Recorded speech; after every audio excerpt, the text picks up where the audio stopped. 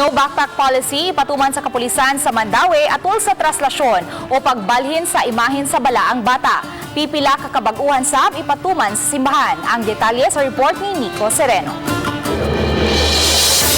Idili ang mga backpack sa National Shrine of St. Joseph sa Mandaue City. Atol kini sa Traslacion o pagdala sa maong simbahan sa mga imahe ni Senyor Santo Niño ug Birhen sa Guadalupe karong Biyernes.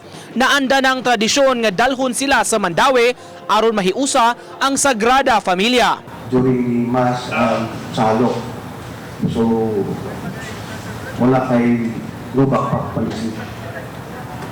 Then also, along sa mga Traslacion road, so wala po tayo low-flying drone po sa mga drones.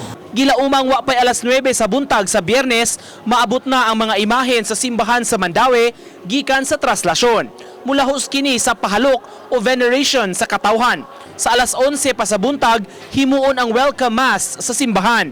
Gipahibaw sa mga kaparian, bisan kung dunay misa, magpadayon ang pahalok apan ang linya sa mga tao adto magsubay sa gawas. Bisan na ay misa, padayon ang pahaw. No? Kaya aron dili kay ma-standstill ang mga tao, ma-flowing lang yapon ang kanyang pahaw. Uban ni Marlon Melgazo, Nico Sereno, Balitang Bisdak.